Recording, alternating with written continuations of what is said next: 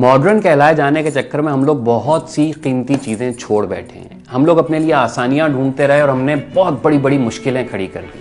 آج ہم دھوتی پہن کے باہر نہیں نکل سکتے، لیکن صدیوں کی آزمائش کے بعد یہ واحد لباس تھا جو ہمارے موسم کا تھا. ہم نے خود اپنے اوپر جینز مسلط کی اور اس کو پہننے کے لیے کمروں میں اے سی لگوائے. شالیں ہم نے فینسی ڈریس شو کے لیے رکھ دی اور کندھے جکڑنے والے کوٹ اور جیکٹ اپنا لیے.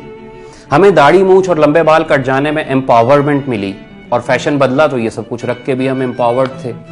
ہم نے حقہ چھوڑ کے سگریٹ اٹھایا اور ولایت سے وہی چیز جب شیشے کی شکل میں آئی تو 1000 روپے فی چلم دے کر اسے پینا شروع کر دیا. ہے کوئی ہم جیسا خوش نصیب؟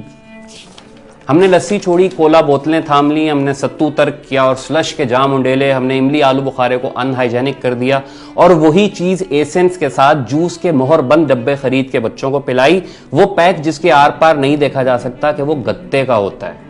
ہم نے اس اندھے پن پر اعتبار کیا اور آنکھوں دیکھے کو غیر صحت بخش بتا دیا.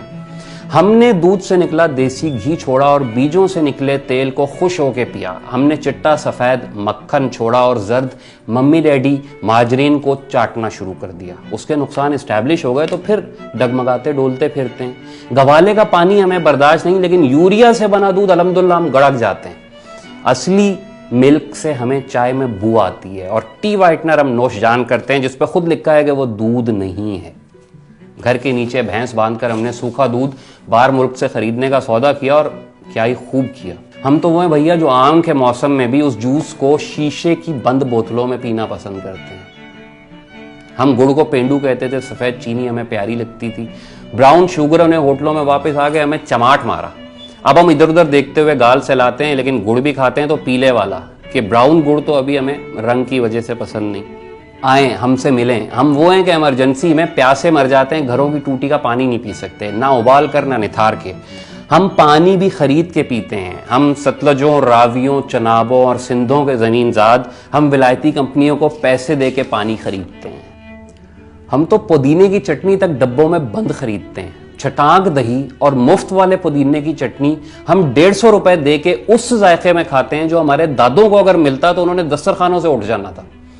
سوہانجنا ہمیں کڑوا لگتا تھا. جب سے وہ مورنگا بن کے کیپسولوں میں آیا تو ہم 2000 میں 15 دن کی خوراک خریدتے ہیں. وہی سوکھے پسے ہوئے پتے جب حکیم ہمیں 50 روپے کے دیتا تھا تو ہمیں یقین نہیں تھا آتا. 500 روپے کا شربت کھانسی کے لیے خریدیں گے، 5 روپے کی ملٹھی ہم دانتوں کے نیچے دبا نہیں سکتے. عجیب سا ٹیسٹ آتا ہے.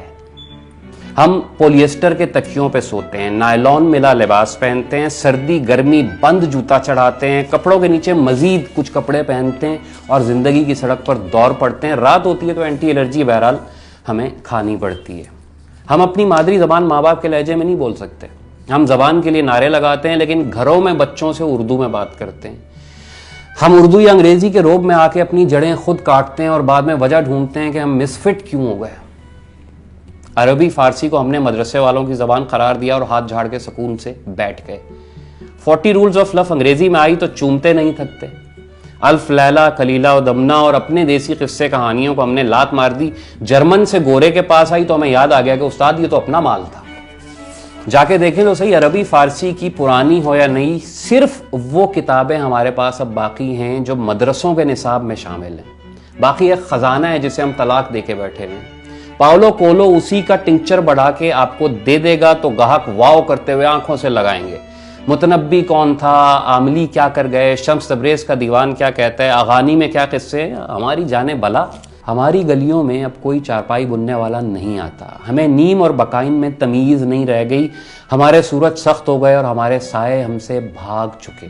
ہمارے چاند روشنیاں نگل گئیں اور مٹی کی خوشبو کو ہم نے عطر کی شکل میں خریدنا پسند کیا.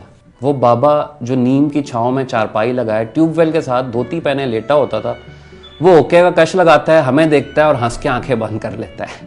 اسے کب کی سمجھ آ گئی ہے ہمیں نہیں آتا.